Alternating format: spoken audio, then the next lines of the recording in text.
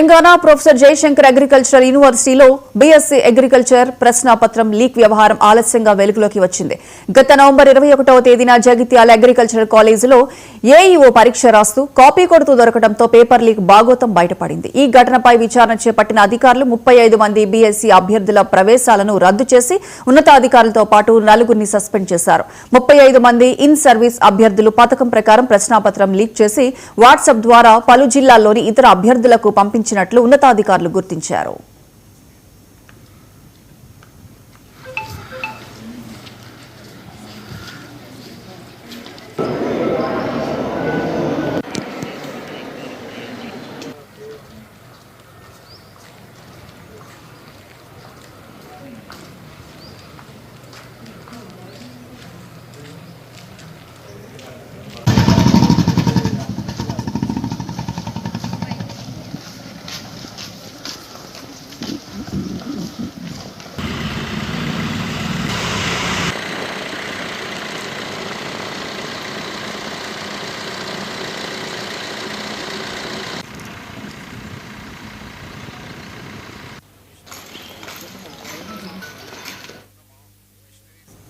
Telangana professor Jayashankar agriculture యూనివర్సిటీలో BSc agriculture ప్రశ్నాపత్రం leak వ్యవహారం ఆలస్యంగా వెలుగులోకి వచ్చింది. గత నవంబర్ 21న జగిత్యాల అగ్రికల్చర్ కాలేజీలో ఏఈఓ పరీక్ష రాస్తూ కాపీ కొడుతూ దొరకడంతో పేపర్ లీక్ బాగోతం బయటపడింది. ఈ ఘటనపై విచారణ చేపట్టిన అధికారులు 35 మంది బీఎస్సీ అభ్యర్థుల ప్రవేశాలను రద్దు చేసి ఉన్నతాధికారులతో పాటు 4గురిని సస్పెండ్ చేశారు. 35 మంది ఇన్ సర్వీస్ అభ్యర్థులు పథకం ప్రకారం ప్రశ్నాపత్రం లీక్ చేసి వాట్సాప్ ద్వారా పలు జిల్లాల్లోని ఇతర అభ్యర్థులకు పంపించినట్లు ఉన్నతాధికారులు గుర్తించారు.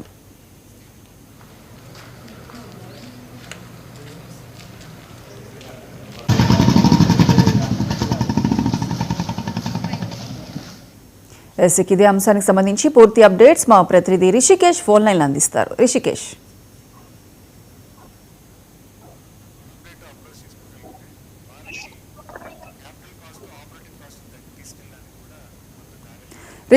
చెప్పండి. Yes Priyanka, professor Jayashankar Telangana agriculture యూనివర్సిటీకి సంబంధించినటువంటి కళాశాలలో పేపర్ లీకేజ్ వ్యవహారం తెలంగాణ రాష్ట్రాన్ని కుదిపేస్తుంది. జగిత్యాల వ్యవసాయ కళాశాల మరియు ప్రాంతీయ పరిశోధన స్థానంగా కూడా పులాసలో ఒక వ్యవసాయ పరిశోధనకు సంబంధించినటువంటి అగ్రికల్చర్ కాలేజ్ ఉంటుంది. ఈ నేపథ్యంలోనే బిఎస్సి అగ్రికల్చర్ సంబంధించినటువంటి 3వ సంవత్సరం మొదటి సెమిస్టర్ పరీక్ష సంబంధించిన ప్రశ్న పత్రాలు అన్ని లీక్ అయినట్టుగా తెలుస్తోంది. ఈ నేపథ్యంలోనే అంటే ఈ కాలేజీకి సంబంధించి ఏఈఓలుగా పనిచేస్తున్నటువంటి కొంతమంది ఉద్యోగులకు కూడా ఇన్ఛార్జ్ సర్వీస్ లో భాగంగా వీరికి ఈ యొక్క కాలేజీలో చదువుకునే వెసులుబాటు తెలంగాణ ప్రభుత్వం కల్పించింది. ఈ నేపథ్యంలో ఉద్యోగం చేసుకుంటూ కూడా వీరు పరీక్షలు రాసి తమ యొక్క యూనివర్సిటీకి సంబంధించినటువంటి ఎడ్యుకేషన్ పూర్తి చేయాల్సి ఉంటుంది. ఈ ఉద్యోగులంతా కలిసి కూడా ఈ లీకేజ్ వ్యవహారం చేసినట్టుగా తెలుస్తోంది.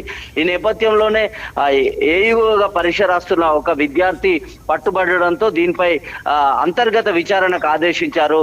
ఈ నేపథ్యంలోనే జానయ్యకు సంబంధించినటువంటి వైస్ ఛాన్సలర్ గా ఉన్న జానయ్య పూర్తి స్థాయి అంతర్గత విచారణకు సంబంధించి 3 కమిటీలతో ఒక పరిశోధన నిర్వహించారు. ఈ నేపథ్యంలోనే ఈ లీకేజ్ వ్యవహారం మొత్తంగా కూడా బయటకు వచ్చింది. ఈ లీకేజీలో పెద్ద ఎత్తున కోట్ల రూపాయల చేతులు మారినట్టుగా కూడా తెలుస్తా ఉంది. ఒక ఉన్నతాధికారి అదేవిధంగా 4 ఉద్యోగులను ఇప్పటికే ఇంటర్నల్ ఎంక్వైరీ ద్వారా సస్పెండ్ చేసినట్టుగా తెలుస్తుంది. ఈ విషయాన్ని పూర్తిగా వ్యవసాయ శాఖ అధికారులు కావచ్చు, కాలేజీ యాజమాన్యాలు పూర్తిగా గోప్యంగా ఉంచుతున్నాయి. దీనిపైన కూడా పెద్ద ఎత్తున విమర్శలు వెల్లువెత్తుతున్నాయి.